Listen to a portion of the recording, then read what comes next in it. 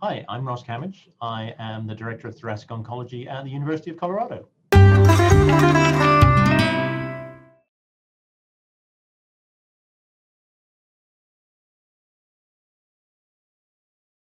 In the lung, you can get both typical and atypical carcinoids.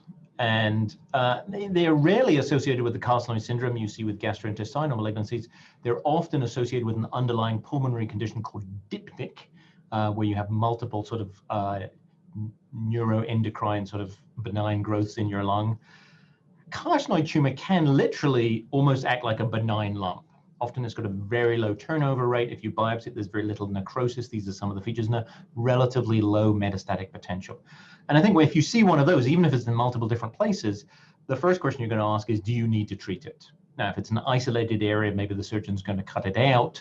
But if it's in multiple areas and you don't think that's feasible, sometimes you can just watch it. I have patients that I have watched for over a decade, and the amount of growth is like a millimeter every couple of years. And they're probably much better with me not treating it than treating it. Now, atypical carcinoid, or one word, tends to be more aggressive. Now, down the microscope, the clinical features are more mitoses, more necrosis. It tends to have a higher metastatic potential. But not every cancer has read the textbook. A typical carcinoid can behave more aggressively, an atypical one can behave more benignly. But essentially, when you're looking at your patient and these things are growing and spreading, what are you going to try and do? Well, the first thing I try and do is try and see if I can use a hormonal therapy, essentially, to try and slow it down. So I'll do something called an octreotide scan. There are various updates on this through nuclear medicine to see if there are somatostatin receptors on the surface of the cells.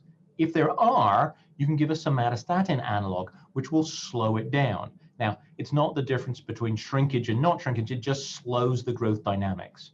Some people tolerate them fine, other people can get issues in terms of dry mouth, constipation, because essentially one of the things it does is it shuts off a lot of the gastrointestinal secretions. Let's say that's not enough. Let's say the cancer is behaving more aggressively. Often its problem is not that it's spreading so much, that it's locally invading into things and causing problems. Well, you can try radiation. It's not incredibly radiosensitive, but it may slow it down.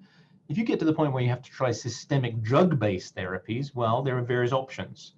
So some people will try the somatostatin analog. Some people will try treating it as if it's somewhere on the spectrum with small cell, and will try carboplatin and etoposide. So far, there's no proven role for immunotherapy in this.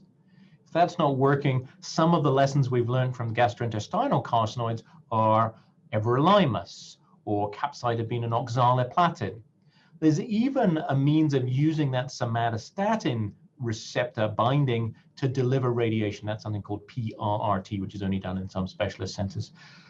Overall, I would say that these pulmonary neuroendocrine carcinomas can be nothing, and you can just watch them. Other times they're really problematic. They're almost as problematic as small cell, but they're much less responsive to therapy. So you have to think outside the box. You have to think about some of the local therapies, about debulking surgery, about radiotherapy, but knowing that you're unlikely to get a dramatic response.